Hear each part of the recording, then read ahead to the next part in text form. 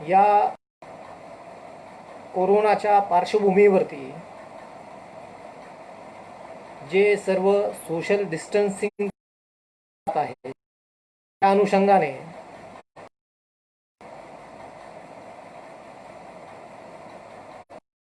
जयंती कशा कराव्यात, त्यांना अभिवादन कसं करावं, या संदर्भातला एक मोठा प्रश्न हा सर्वांसमोर उभा राहिला.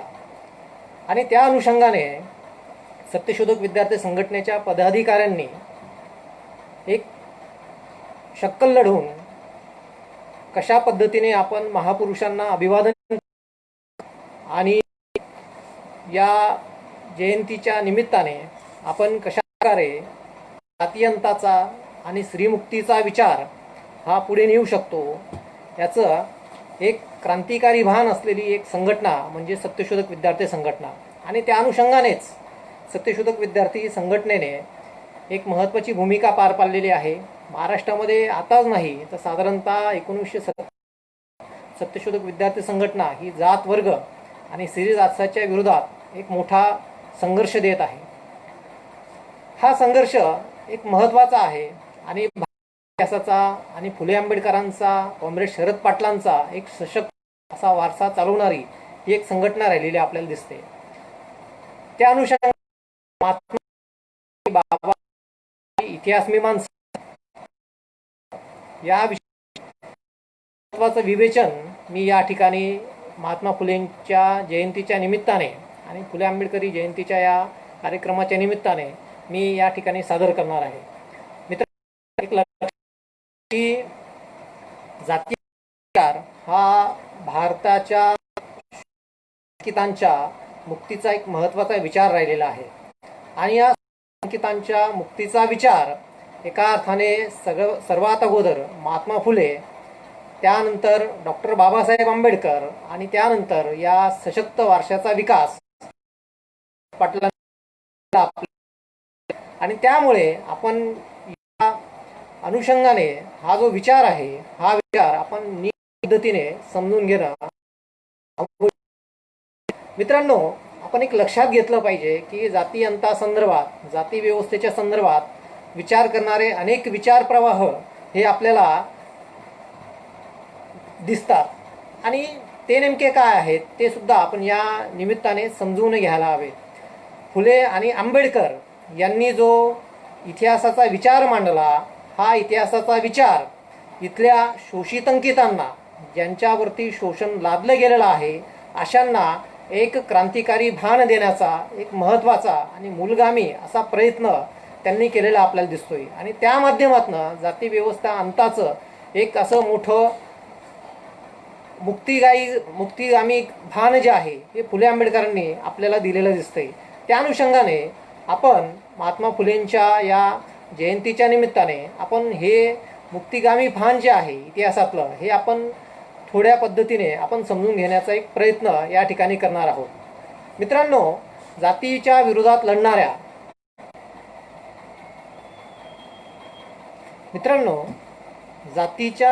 लढणाऱ्या अनेक संघटना या आपल्याला महाराष्ट्रामध्ये असलेल्या दिसत आहेत. विशेषतः ज्या बहुजनवादी संघटना आहेत, या बहुजनवादी संघटनांनी जाती व्यवस्थेची नेमकी पाळंमुळं काय आहेत, जाती व्यवस्था ही व्यवस्था म्हणून नेमकी कशी काम करते हे न समजून घेता नीटपणे लक्षात घेतला पाहिजे. त्यांनी जातीवरती, जातीच्या विरोधातली भूमिका आपल्याला घेतलेली दिसते, ना की एका अर्थाने जाती व्यवस्थेच्या शासन शोषणाच्या विरोधात त्यांनी आपल्याला भूमिका घेतलेली दिसते.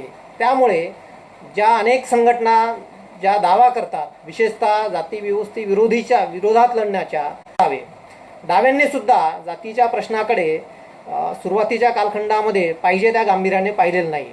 मित्रांनो, कार्ल मार्क्स समोर जी एक महत्त्वाची समस्या होती, जो भांडवलशाहीच्या उदयाचा कालखंडामध्ये कॅपिटल नावाचं एक महत्त्वाचं ग्रंथ लिहितो आहे, त्याचं संशोधन करतो आहे, त्याच कालखंडामध्ये कार्ल मार्क्स हा फक्त जाती व्यवस्थेच्या शोषणाच्या विरोधात बोलत नाही, तर न्यूयॉर्क ट्रिब्यूनमधनं ज्यावेळेस तो भारताच्या संदर्भात बोलतो आहे, तर भारतामधल्या जातीय व्यवस्थेच्या संघटनाची एक महत्त्वाची अवस्था आहे हे त्याने सूचित केलेलं होतं. त्या कार्ल मार्क्सने सांगितलेल्या व्यवस्थेच्या आकलन जाती आपलं आकलन हे डाव्यांनी नाही पण लक्षात घेतलं पाहिजे. आणि एका अर्थाने विशेषतः ब्राह्मणांच्या विरोधात बोलतात, पण जातीच्या विरोधात, जाती व्यवस्थेच्या विरोधात बोलताना स्त्रीमुक्तीचा संदर्भ नेमका काय आहे, जाती व्यवस्था आणि स्त्रीमुक्ती यांचा नेमका काय, याचं आकलन हे आपल्याला दिसत नाही. हे आपण या निमित्ताने फुले आंबेडकरांच्या इतिहास मीमांसा निमित्ताने हे आपण नीटपणे पाहिजे. ही एक महत्वाची गोष्ट. एकसंगतेचा नसून हा शासन शोषणाचा आहे आणि तो वर्गीय संघर्षाचा आहे हे सांगत असताना जगाचा इतिहास हा अहिरे वर्ग आणि नाहिरे वर्ग अशा द्वंद्वाचा राहिलेला आहे असं एक प्रामुख्याने त्याने मांडलेलं आपल्याला दिसते. दुसऱ्या बाजूला महात्मा फुलेंनी सुद्धा आपली इतिहास मीमांसा विकसित करत असताना या सूत्रांमधनं त्यांनी उलगडून दाखवला. सांगायचं तात्पर्य असं की मार्क्स, फुले, आंबेडकर, काँग्रेस, शरद पाटील हे जाती व्यवस्थेच्या आणि विशेषतः शोषणाच्या मूलगामी अशा प्रश्नाला भिडलेले होते. आणि त्यामुळे ब्राह्मणी प्रवाह जो इतिहास मांडतो, जी सत्यता, जे शोषित अंकितांवरती गुलामी लादणारी व्यवस्था आहे, जी सत्यता ब्राह्मणी प्रवाह दडपून ठेवतो, ते द्वंद्व फुले आंबेडकर उलगडून दाखवतो. यांच्या फुले आंबेडकर किंवा शरद पाटील किंवा कार्ल मार्क्स यांच्या द्वंद्व उलगडण्यामागचे सूत्र जरी वेगवेगळे असले तरी त्यांचं म्हणणं जे आहे ते असं आहे की जगाचा इतिहास हा शोषण शासनाचा राहिलेला आहे. फुले आंबेडकर आणि शरद पाटील यांनी ठोसपणे भारताच्या संदर्भामध्ये पुढे आणलेला आपल्याला दिसतंय. दुसरी एक महत्त्वाची गोष्ट आपण या निमित्ताने लक्षात घेतली पाहिजे की भारतामध्ये ज्या उलथापालथी घडत आहेत, भारतीय समाजव्यवस्थेमध्ये, अर्थव्यवस्थेमध्ये जे काही या बदलांमागे जी एक महत्त्वाची शक्ती राहिलेली आहे, ती महत्त्वाची शक्ती म्हणजे एका अर्थाने ही जाती व्यवस्था राहिलेली आहे. हे प्रकर्षाने फुले आंबेडकरांनी हे आपल्याला मांडलेलं दिसतंय. हे त्यांच्या इतिहास मीमांसेमधनं आलेलं आपल्याला दिसतंय. हे आपण नीटपणे लक्षात घेतलं पाहिजे. मित्रांनो, यामधली आणखी एक महत्त्वाची गोष्ट अशी, आंबेडकरांनी नुसतं इतिहास मांडला नाही, जाती व्यवस्थेचा इतिहास. तर जाती व्यवस्थेच्या इतिहासाची चर्चा करताना, जाती व्यवस्थेच्या शोषणाचा उलगडा करताना, जाती व्यवस्थेच्या उदयाची मीमांसा करताना यांनी एका अर्थाने स्त्रीमुक्ती किंवा स्त्रीदास्या संदर्भात सुद्धा चर्चा केलेली आहे. आपण बघतो की अनेक अभ्यासक हे जाती व्यवस्थेचा विचार हा सुट्या पद्धतीने करतात, तो वेगळ्या पद्धतीने करतात. पण फुले आंबेडकरांनी जाती व्यवस्थेचा विचार किंवा तिच्या विकासाचा विचार आणि जाती अंताचा विचार हा स्त्रीदास्याच्या सोबतच केलेला आहे. हे फुले आंबेडकरांच्या इतिहास मीमांसेच्या निमित्ताने लक्षात घेतलं. म्हणजे काय, तर भारतामध्ये जर जाती व्यवस्थेचा अंत करायचा असेल तर जाती व्यवस्थेचा अंत हा फक्त विशिष्ट जात संपवून किंवा विशिष्ट जातीची मक्तेदारी संपवून ती नष्ट करता येणार नाही, किंवा विशिष्ट समुदायावरती काही शिक्षणासाठी मुक्तिदायी एवढ्यापुरतंच मर्यादित नाही, तर जाती व्यवस्थेच्या अनुषंगाने आणि ब्राह्मणी पितृसत्तेच्या अनुषंगाने फुलेंनी जी मीमांसा केलेली आहे ती सुद्धा आपण समजून घेतली पाहिजे. मित्रांनो, फुलेंनी जे एका अर्थाने इतिहासाचा पट जो उलगडून दाखवलेला आहे तो त्यांनी आर्य विरुद्ध फुलेंनी 19व्या शतकामध्ये केलेला आपल्याला दिसतोय. उमेश बगाडे सरांचं असं म्हणणं आहे की विशेषतः फुलेंनी जी मिथ्स उलगडून दाखवण्याची जी पद्धत आहे त्या पद्धतीचाच फुलेंनी एका अर्थाने विकास केलेला आहे. फुलेंनी आर्य विरुद्ध अनार्य या संघर्षाचा द्वंद्व उलगडून दाखवत असताना त्यांनी व्यवस्थेचा ऐतिहासिक भौतिकवाद जो आहे हा ऐतिहासिक भौतिक उलगडण्याचा एक महत्त्वाचा प्रयत्न फुलेंनी केलेला आहे. हे शरद पाटलांनी सर्वात अगोदर आपल्याला समोर आणलेलं दिसतंय.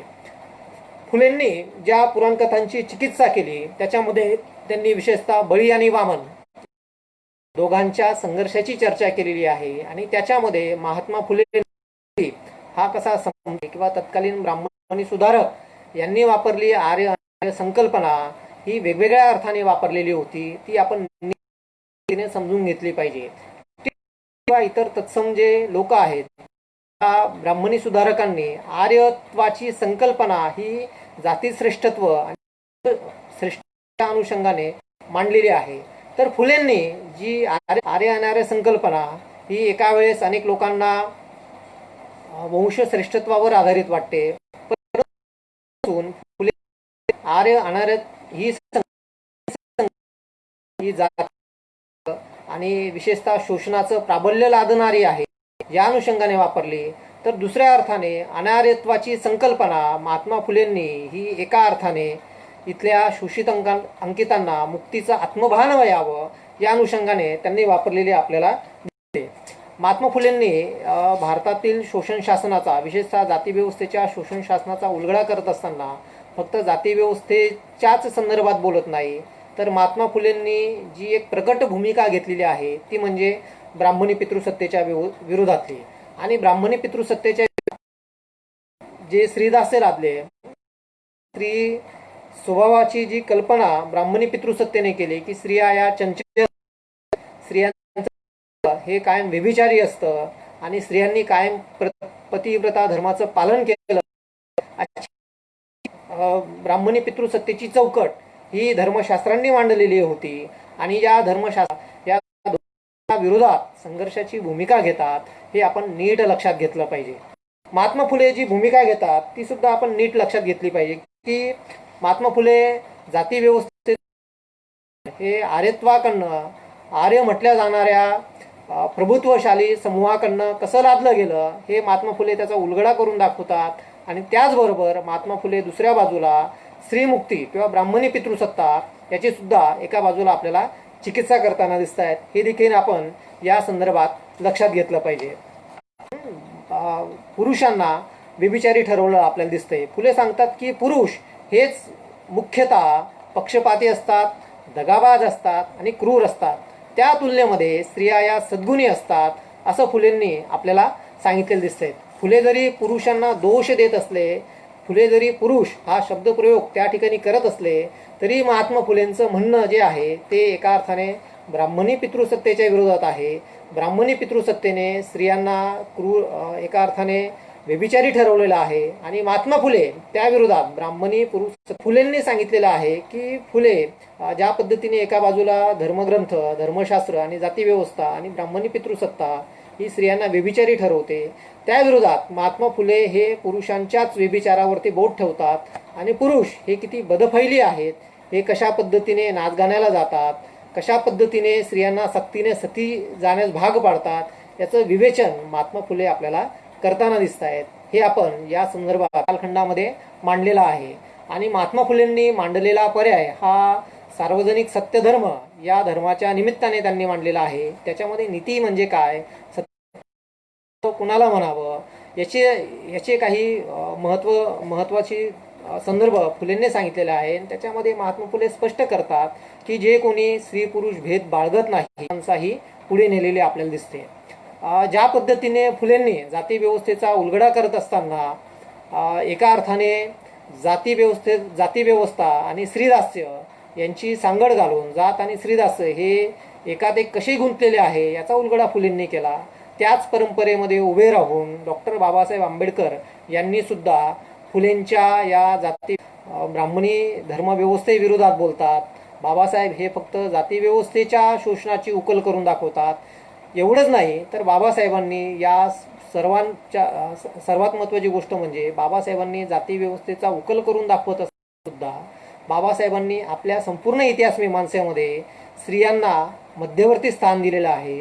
हे आपण नीट लक्षात घेतलं पाहिजे. बाबासाहेब हे फक्त एका अर्थाने जाती व्यवस्थेच्या विरोधात बोलत नाही, तर जाती व्यवस्थेचा उदय हा स्त्रीदास्यांवरती, स्त्रियांवर बंधन झाला हे बाबासाहेबांनी त्यांच्या या ग्रंथातनं, आपल्या कास्ट इन इंडिया या ग्रंथातनं त्यांनी सुरुवातीला दाखवून दिलेला आहे.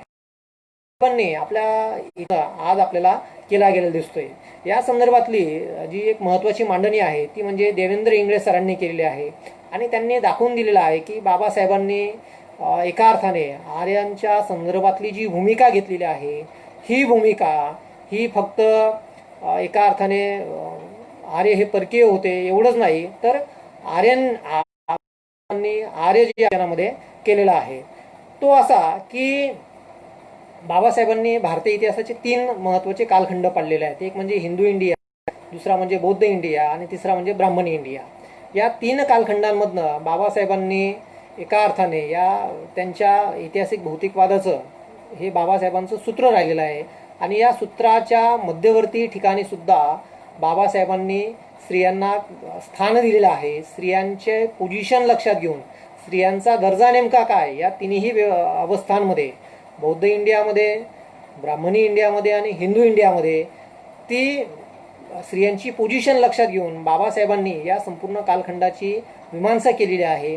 हे आपण लक्षात घेतलं पाहिजे. म्हणजे याचा अर्थ काय की बाबासाहेब हे फक्त जातीव्यवस्थेच्या शोषणाची उकल करून दाखवत नाही, तर त्याचबरोबर बाबासाहेब दुसऱ्या बाजूला एका अर्थाने स्त्रीदास्याची आणि ब्राह्मणी पितृसत्तेच्या उदयाशी सुद्धा उकल करून दाखवत आहे आणि त्याच्यावर सुद्धा ते एका अर्थाने पर्याय सांगत आहे. हे आपण नीट लक्षात घेतलं पाहिजे. बाबासाहेबांनी जो हिंदू काळ होता, बौद्ध काळ या होती, स्त्रिया आणि पुरुष यांच्या संदर्भातले संबंध हे कसे एका अर्थाने संबंध कसे सैर होते, एका अर्थाने ज्ञानार्जन बंदी ही कशा खालच्या जातींवर लावली, खालच्या वर्णांवर लादली गेलेली आहे, स्त्रियांना या कालखंडामध्ये कशा पद्धतीने पणास लावलं जात होतं, बेबिचार हा किती मोठ्या प्रमाणात बळावलेला होता, स्त्रियांवरची बंधनं ही कशा पद्धतीने लादली गेलेली आहेत, हे बाबासाहेबांनी हिंदू इंडियाचं विश्लेषण करत असताना सांगितलेलं आहे. हिंदू इंडियाचं विश्लेषण बाबासाहेब हे फक्त जातीच्या दृष्टिकोनातनं नाही, तर स्त्रीदास्याच्या दृष्टिकोनातनं आणि स्त्रियांना मध्यवर्ती ठेवून करत आहेत. हे आपण नीट लक्षात घेतलं पाहिजे. बाबासाहेब सांगतात की विशेषतः इतिहासाच्या परिघामध्ये बाबासाहेबांनी जो हिंदू इंडियाचा कालखंड सांगितलेला आहे, तो हिंदू इंडियाचा कालखंड हा एका अर्थाने वैदिक कालखंड आहे. या वैदिक कालखंडालाच आपण बघतो की डांगेंनी एका अर्थाने मार्क्सच्या पावलावर पाऊल ठेवून त्यांनी या हिंदू इंडियालाच आदिम साम्यवादाच्या चौकटीमध्ये बघण्याचा एक प्रयत्न केलेला आहे. तो भाग दुसरा. पण बाबासाहेबांनी या हिंदू इंडियाची चिरफाड केलेली आहे आणि या हिंदू इंडियामध्ये कशा पद्धतीने विषमता होती, स्त्रियांवरती दास्य लादलं जात आहे, या संदर्भातली चिकित्सा बाबासाहेब करताना आपल्याला दिसत आहे. बाबा मग हे जे सगळं घडतं आहे हिंदू इंडियामध्ये, व्यभिचार घडतो आहे, स्त्री पुरुष संबंध ज्या पद्धतीने सैल आहे, स्त्रियांना ज्या पद्धतीला विक्री केली जाते, त्यांना जुगारामध्ये लावलं जात आहे, बहुपत्नीत्वाची चाल ही स्त्रियांवरती लादली जाते, अशा वेळेस बाबासाहेब सांगतात की बुद्धाचा या सगळ्या पार्श्वभूमीवरती उदय होतो आणि बुद्धाने मग कशा पद्धतीने वर्णव्यवस्था, तत्कालीन यज्ञव्यवस्था यांना विरोध केलेला आहे, तत्कालीन स्त्री पुरुष विषमतेला बुद्धाने विरोध केलेला आहे. आणि बुद्धाच्या कालखंडामध्ये बाबासाहेब दाखवून देतात की बुद्ध इंडियामध्ये किंवा बुद्धिस्ट इंडियामध्ये कशा पद्धतीने स्त्रियांना महत्त्वाचं स्थान होतं, स्त्रियांना कशा पद्धतीने ज्ञानार्जनाचा अर्थ प्राप्त झालेला आहे, बौद्ध संघामध्ये स्त्रियांना कशा पद्धतीने परिव्रजेचा अधिकार होता, संघ जो होता या बुद्धिस्ट संघामध्ये कशा पद्धतीने स्त्रिया आणि पुरुष दोघांसाठी कशा पद्धतीने महत्त्वाचं आणि मानाचं स्थान आहे करताना आपल्याला दाखवलेलं आहे. अनेक महत्त्वाच्या गोष्टी बाबासाहेबांनी बुद्धिस्ट इंडियाच्या संदर्भात सांगितलेल्या आहेत. परंतु स्त्रियांचं स्थान केंद्रवर्ती ठेवून, मध्यवर्ती ठेवून जातीव्यवस्थेची उकल करणं, जातीच्या शोषणाची आणि ब्राह्मणी पितृसत्तेची उकल करणं हे बाबासाहेब आणि फुलेंनी त्याच्या अगोदर केलेलं आपल्याला दिसत आहेत. बुद्धिस्ट इंडियामध्ये स्त्रियांची जे एका अर्थाने मुक्तीचं आत्मभान स्त्रियांना प्राप्त झालेलं दिसतंय, त्याचा त्या व्यवस्थेच्या त्या संदर्भातला विकास हा एका अर्थाने वसंत मून यांनी त्यांच्या एका पुस्तकामध्ये आपल्याला केलेला दिसतंय. तो म्हणजे बुद्धकालीन स्त्रीजीवन. बुद्धकालीन स्त्रीजीवनामध्ये त्यांनी बाबासाहेबांच्या सूत्राचा विकास केलेला आहे. पण मित्रांनो, हा विकास करत असताना ब्राह्मणी पितृसत्ता नेमकी काय आहे या संदर्भातलं विवेचन हे वसंत मुनांनी केलेलं नाही आहे. विशेषतः त्यांनी जाती व्यवस्थेच्या उतरंडीमध्ये स्त्रियांना जे स्वातंत्र्य मिळतं, या स्वातंत्र्यांना हे स्वातंत्र्य किती तथाकथित आहे याकडे त्यांनी दुर्लक्ष केलेलं आहे. आणि त्यामुळे सतीची प्रथा ही, बहुपत्नीत्वाची प्रथा ही दलितांमध्ये नाही आणि दलित हे कशा पद्धतीने स्त्रीमुक्तीवादी आहेत असा युक्तिवाद हा वसंत मुलांनी त्या पुस्तकामध्ये पेश केलेला आहे किंवा सांगितलेला आहे. वसंत मुलांची भूमिका ही जरी बौद्ध काळातील स्त्री जीवनाच्या संदर्भातली असली तरी वसंत मून या पुस्तिकेमध्ये दलित हे कशा पद्धतीने स्त्रीमुक्तीवादी आहेत आणि दलित स्त्रियांना कशा पद्धतीने मुक्ती देणारे आहेत आणि बौद्धांचा विचार हा दलितांवर असल्यामुळे दलित हे स्त्री विषमते स्त्रियांच्या दास्याचं समर्थन करू शकत नाही असा युक्तिवाद हा एका अर्थाने वसंत मून यांचा राहिलेला आहे. तोच युक्तिवाद जो आहे हा भारतभरातल्या दलित अभ्यासकांमध्ये आपल्याला दिसतोय. याचं एक चांगलं उदाहरण म्हणजे विशेषतः कांचा इलाया. कांचा इलाया यांनी सुद्धा जातीव्यवस्थेच्या शोषण शासनाची उतरंड आणि या शोषण शासनाच्या उतरंडीच्या चौकटीमध्ये स्त्रियांना जे तथाकथित स्वातंत्र्य दिलं जातं याची दखल त्यांनी घेतलेली नाही आहे. आणि दलितांची पितृसत्ता ही अधिक लोकशाहीवादी कशी आहे हे कांचा इलाया आपल्याला सांगताना दिसत आहेत. मित्रांनो, हे जरी परिवर्तनवादी असलेत, वसंत मुलांची जरी भूमिका महत्त्वाची असली, कांचा इलाया यांची भूमिका जरी महत्त्वाची असली, तरी ते ब्राह्मणी पितृसत्तेच्या प्रश्नाला भिडत नाही, हे आपण नीट लक्षात घेतलं पाहिजे. एका बाजूला फुले 19व्या शतकापासून ब्राह्मणी पितृसत्ता आणि जाती व्यवस्था यांच्या शोषणाच्या विरोधात लढत आहेत. त्याच शोषणाच्या विरोधात महात्मा फुले, बाबासाहेब हे आपलं इतिहासाचं सूत्र आणि इतिहासाचा उलगडा आपल्याला करून दाखवत आहेत. त्याकडे जे अभ्यासक आहेत, दलित अभ्यासक, अजूनसुद्धा त्याकडे दुर्लक्ष करत आहेत, हे आपण नीट लक्षात घेतलं पाहिजे. मित्रांनो, बाबासाहेबांनी नंतर जो तिसरा महत्त्वाचा कालखंड सांगितला तो म्हणजे ब्राह्मणी इंडिया. आणि या ब्राह्मणी इंडियामध्ये विशेषतः हा प्रतिक्रांतीचा कालखंड मानलेला आहे. या प्रतिक्रांतीच्या कालखंडामध्ये विशेषतः स्त्रियांवरती ही कशा पद्धतीने बंधनं लादली गेली आणि विशेषतः हे बंधनं लादण्याचं काम हे मनूने कसं केलं हे बाबासाहेबांनी त्यांच्या या पुस्तकामध्ये क्रांतिक प्रतिक्रांती या पुस्तकामध्ये त्यांनी उलगडून दाखवलेलं आपल्याला दिसतंय. लक्षात घ्या की बाबासाहेब मनुस्मृतीची जी चिकित्सा करतात, ही मनुस्मृतीची चिकित्सा ही स्त्रीदास्याच्या संदर्भामध्ये करतात. ही सगळ्यात महत्त्वाची गोष्ट आहे. अजूनही अनेक लोकांना असं वाटतं की मनुस्मृतीमध्ये जी बंधनं लादलेली आहेत, मनुस्मृतींमध्ये शूद्रांसंदर्भातले जे विवेचन आहे ते विवेचन हे अस्पृश्यांसंदर्भातलंच आहे असं अनेक अभ्यासकांना, अनेक लोकांना वाटतं. परंतु बाबासाहेबांनी अस्पृश्य मूळचे कोण या त्यांच्या पुस्तिकेमध्ये अत्यंत सुस्पष्टपणे सांगितलेलं आहे की मनूच्या कालखंडामध्ये कुठल्याही प्रकारची अस्पृश्यता नव्हती. हे बाबासाहेबांनी स्पष्टपणे त्याच्यामध्ये सांगितलेलं आहे. याचा अर्थ काय की बाबासाहेब मनुस्मृतीचं जे विवेचन करतात ते स्त्रीदास्याच्या संदर्भात करतात. कशा पद्धतीने स्त्रियांवरती बंधनं लादलीत याचं विवेचन बाबासाहेब आपल्याला करताना दिसत आहेत. आणि त्यामुळेच बाबासाहेबांनी 25 डिसेंबर रोजी मनुस्मृतीचं दहन केलेलं आपल्याला दिसत आहेत. आणि त्या परंपरेच्या पार्श्वभूमीमध्ये सत्यशोधक विद्यार्थी संघटना मनुस्मृती दहन दिन हाच मुक्ती दिन साजरा करताना दिसत आहे. हे आपल्याला लक्षात घेण्यासारखं आहे की आपण हे लक्षात घेतलं पाहिजे की फुले आंबेडकरांचा सशक्त वारसा हा सत्यशोधक विद्यार्थी संघटना कशी चालवते आहे हे सुद्धा आपण या निमित्ताने नीट लक्षात घेतलं पाहिजे. बाबासाहेब ज्या पद्धतीने व्यवस्थेचा उदय हा साधारणतः इसवी सनाच्या 3ऱ्या-4थ्या शतकामध्ये घडतोय आणि या 3ऱ्या-4थ्या शतकामध्येच एका अर्थाने त्याच्या अगोदरपासूनच स्त्रियांवरती बंधनं लादायला सुरुवात झालेली आहे. हा जो ढाचा आहे हा बाबासाहेबांनी मांडलेला ढाचा हा अत्यंत महत्त्वाचा आणि मूलगामी आहे. ज्या ती व्यवस्था ही विकसित होण्याच्या अगोदर जी पितृसत्तेची बंधनं बाबासाहेब सांगता आहेत ती गणसमाजातनं स्त्रियांवरती लादलेली बळजोरी आहे, स्त्रियांवर लादलेलं दास्य आहे. याची विवेचन, या संदर्भातलं विवेचन बाबासाहेब त्या ठिकाणी करतायत. विशेषतः मनुस्मृतीचं विवेचन आणि त्यानंतर जे स्त्रीदास्या संदर्भातलं विवेचन बाबासाहेब करतायत. विशेषतः हे विवेचन हे जाती व्यवस्थेच्या उदयाचं करतायत आणि जाती व्यवस्थेचा उदय होत असताना स्त्रियांवरती जी बंधनं लादली जात आहेत ही बंधनं ब्राह्मणी पितृसत्तेमुळे कशी लादली गेली आहेत हे महत्त्वाचं विवेचन बाबासाहेब करतायत. म्हणजे काय तर विशेषतः जो हिंदू इंडिया बाबासाहेब सांगतात आणि हिंदू इंडियामधल्या स्त्रीदास्या संदर्भात बाबासाहेब जी चर्चा करतात ती चर्चा ही ब्राह्मणी पितृसत्तेची नाही तर गणसमाजातनं वेगवेगळे गण जे आहेत या गणांमधनं स्त्रियांवरती कशा पद्धतीने बळजोरी लादली जाते आहे, स्त्रियांवर कशा पद्धतीने दास्य लादले जाते आहे हे बाबासाहेब हे आपल्याला सांगताना दिसत आहेत. आणि जाती व्यवस्थेच्या उदयानंतर स्त्रियांवरती कशा पद्धतीने जी बंधनं लादली गेली आहेत त्याचं विवेचन जे बाबासाहेबांनी केलेलं आहे ते विवेचन हे बाबासाहेब जरी ज्याला ब्राह्मणी पितृसत्ता स्पष्टपणे म्हणत नसले तरी देखील बाबासाहेबांनी ते एका अर्थाने आयडेंटिफाईड केलेलं आहे. बाबासाहेबांना त्याला ब्राह्मणी पितृसत्तेचंच शोषण म्हणायचं आहे हे आपण नीट लक्षात घेतलं पाहिजे. आणि त्यामुळे बाबासाहेबांनी मांडलेली जी भूमिका आहे ही एका अर्थाने नुसती जाती व्यवस्थेच्या विरोधातली नाही, जाती व्यवस्थेच्याच उदया संदर्भातली नाही, तर ही भूमिका ब्राह्मणी पितृसत्तेच्या विरोधातली सुद्धा होती. हे आपण या संदर्भामध्ये नीट लक्षात घेतलं पाहिजे.